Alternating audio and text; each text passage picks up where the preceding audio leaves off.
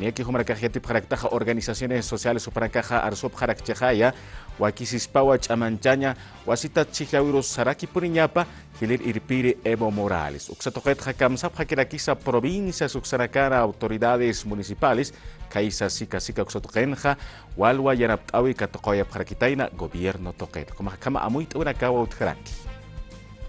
Provincia Aroma, municipio Sicasica, autoridades municipales Irperena Caja Sapjewa, presidente Evo Morales Irpjaruska Quiñapaua, Bolivia Colla Suyumarca, alcalde Walter Maiso Alandia Hachancha Oyiwa Yanapt Aunaka Katokawyapki, gobierno Toqueta.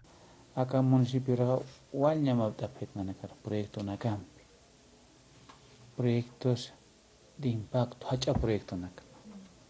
Pa colusio objeto, pa colusio.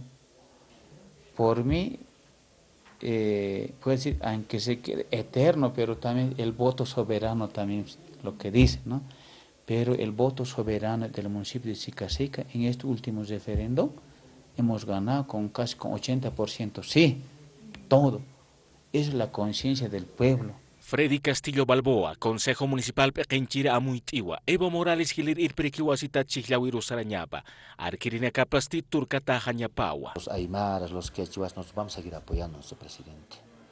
No, vamos a seguir apoyando de que una vez más puede someterse al referéndum, ¿no?